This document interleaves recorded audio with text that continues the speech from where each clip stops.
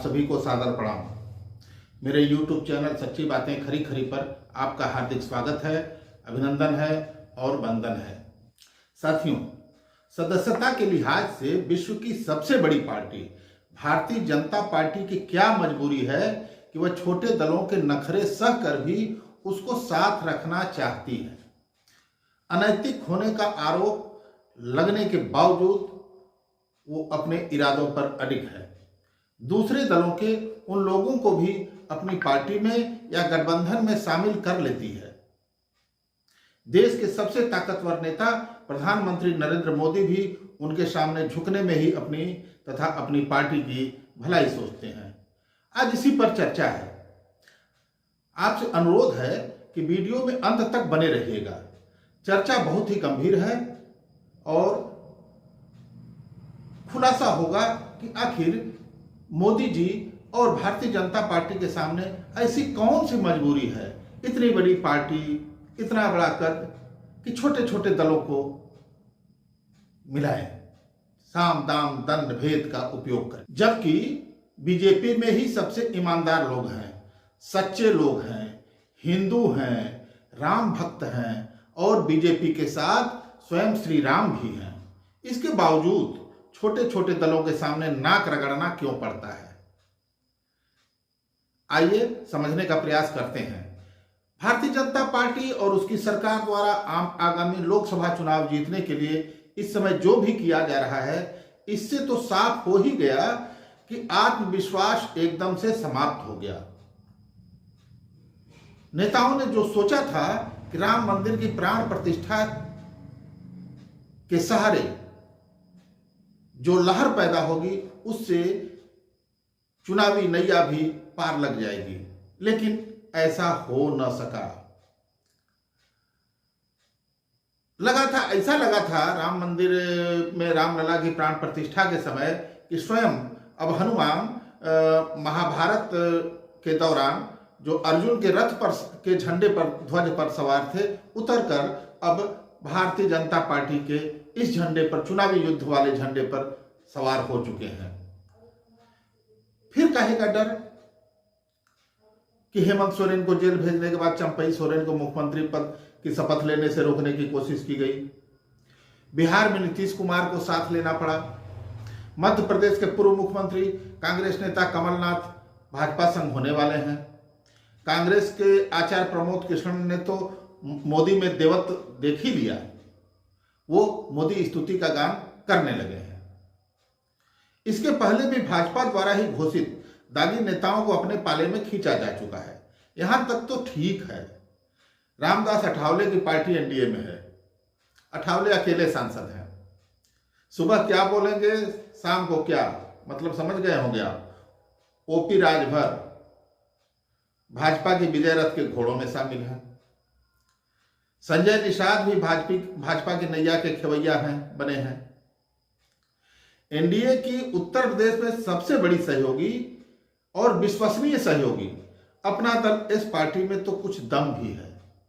निषाद की भी पकड़ स्वजाति मतदाताओं में ज्यादा है और कई जिलों में है। नदियों के किनारे किनारे इस जात की बसावट होती है और उसमें संजय निषाद की पकड़ है। लेकिन राजभर 2 जिलों के अलावा तीसरे जिले में कोई नाम पूछने वाला नहीं है। अपना दल के अध्यक्ष केंद्रीय राज्य मंत्री अनुप्रिया पटेल हैं। इस दल का प्रभाव उत्तर प्रदेश की सीमाओं को लांघ चुका है। छत्तीसगढ़, बिहार, मध्य प्रदेश, महाराष्ट्र, झारखंड, दिल्ली, मणिपुर में भी अपना दल अपना पांव पसार चुका है। ये जो सहयोगी दल है, मैंने सहयोगी दल इसलिए कहा कि क्षेत्रीय दल नहीं कह सकते। क्षेत्रीय दल कहेंगे तो क्षेत्रीय दल का दर्जा चुनाव आयोग से जिसको मिला होता है वो क्षेत्रीय दल होता है। इसमें सिर्फ एक अपना दल इसको क्षेत्रीय पार्टी का दर्जा मिल चुका है। पिछले विधानसभा चुनाव में, जो 2022 में विधानसभा चुनाव हुआ था, उसके बाद इतनी सीटें विधानसभा में हो गई कि वो मानक पूरा हो गया और क्षेत्रीय दल का दर्जा चुनाव आयोग से मिल गया।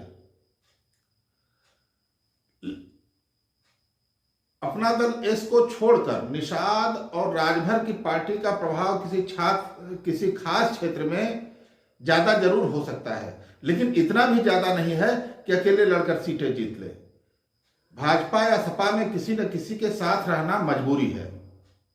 केंद्र व प्रदेश में भाजपा के नेतृत्व में ही सरकार है, तो इसके साथ रहना और भी जरूरी हो जाता है। नहीं तो आप जानते ही हो क्या हो रहा है। ईडी सीबीआई, तो चाहे डर के रहिए, चाहे प्रेम से रहिए, स्वेच्छा से रहिए, रहना है। अब बात करते हैं भारतीय जनता पार्टी और प्रधानमंत्री नरेंद्र मोदी की। उनकी क्या मजबूरी है, इनको क्यों ढो रहे हैं, नीतीश को फिर क्यों लिया गया, कमलनाथ को साथ लाने की कोशिश क्यों हो रही है, प्रमोद किशन को मोदी स्तुति गान गाने के लिए कैसे तैयार किया गया। कुछ तो है भाजपा की कमजोरी, दिमाग पर जोर डालिए, कुछ तो है मोदी की मजबूरी। बात समझ में आ गई।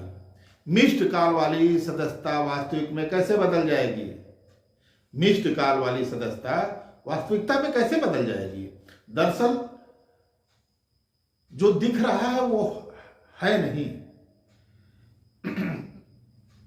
मिस्ड कॉल की सदस्यता के भरोसे विश्व में सबसे बड़ी पार्टी का जो नगाड़ा बजाया जा रहा है, जो नगाड़ा पीटा जा रहा है, उसमें भी ढोल की तरह ही पोल होता है। मतलब जैसा दिख रहा है वैसा है नहीं। और यह बात मोदी जी को ही अच्छी तरह पता है, खुद मोदी जी को पता है।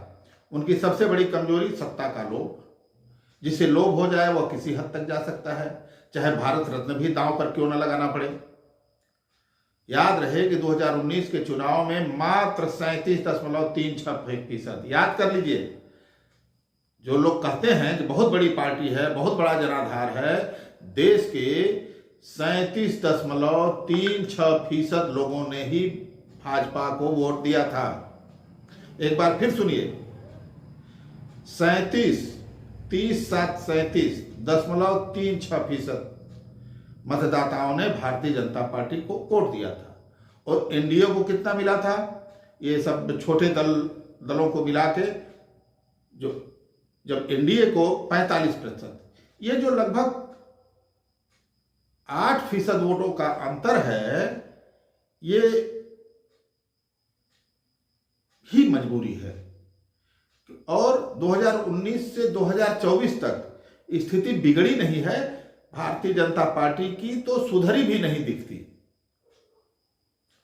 लिहाजा अपना दलेश, निषाद पार्टी, सुहेल देव भारतीय समाज पार्टी सहित अन्य सहयोगियों के साथ रहने से ये जो 8% वोट बढ़ा है, मतलब 37.36% भारतीय जनता पार्टी का और करीब 7.64% इन सहयोगियों का वोट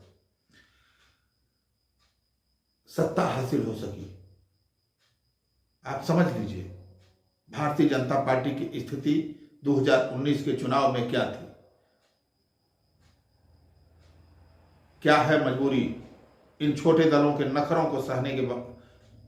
को सहते हुए मोदी जी इनको साथ रखे हुए हैं। देश की जनता समझ रही है कि मोदी की अपनी ताकत क्या है, भारतीय जनता पार्टी कितनी बड़ी पार्टी है, देश की जनता समझ रही है। आज बस इतना ही, मिलेंगे अगली कड़ी में किसी और विषय पर चर्चा के साथ। तब तक के लिए प्रणाम।